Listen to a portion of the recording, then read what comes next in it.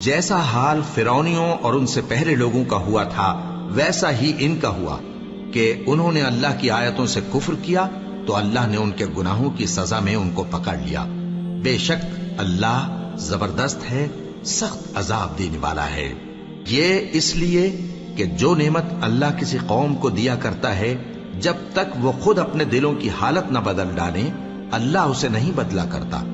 اور اس لیے کہ اللہ سنتا جانتا ہے۔ جیسا حال فرعونیوں اور ان سے پہلے لوگوں کا ہوا تھا ویسا ہی ان کا ہوا۔ انہوں نے اپنے پروردگار کی آیتوں کو جھٹلایا تو ہم نے ان کو ان کے گناہوں کے سبب ہلاک کر ڈالا اور فرعونیوں کو ڈبو دیا، اور وہ سب ظالم تھے۔ جانداروں میں سب سے بدتر اللہ کے نزدیک وہ لوگ ہیں جو کافر ہیں، سو وہ ایمان نہیں لاتے۔ جن لوگوں سے تم نے صلح کا عہد کیا ہے پھر وہ ہر بار اپنے عہد کو توڑ ڈالتے ہیں اور اللہ سے نہیں ڈرتے، اگر تم ان کو لڑائی میں پاؤ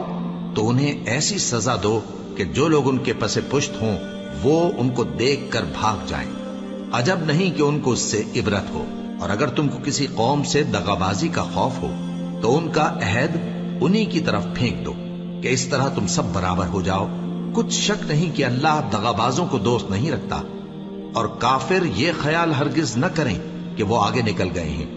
وہ ہمیں عاجز نہیں کر سکتے۔ اور جہاں تک ہو سکے فوج کی جمعیت کے زور سے اور گھوڑوں کے تیار رکھنے سے ان کے مقابلے کے لیے مستعد رہو کہ اس سے اللہ کے دشمنوں اور تمہارے دشمنوں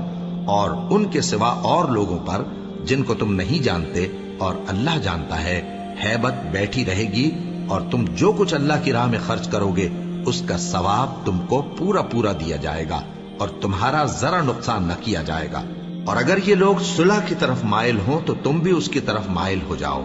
اور اللہ پر بھروسہ رکھو، کچھ شک نہیں کہ وہ سب کچھ سنتا ہے جانتا ہے۔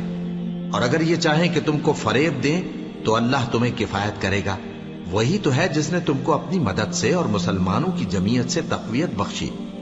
اور ان کے دلوں میں الفت پیدا کر دی، اور اگر تم دنیا بھر کی دولت خرچ کرتے تب بھی ان کے دلوں میں الفت پیدا نہ کر سکتے،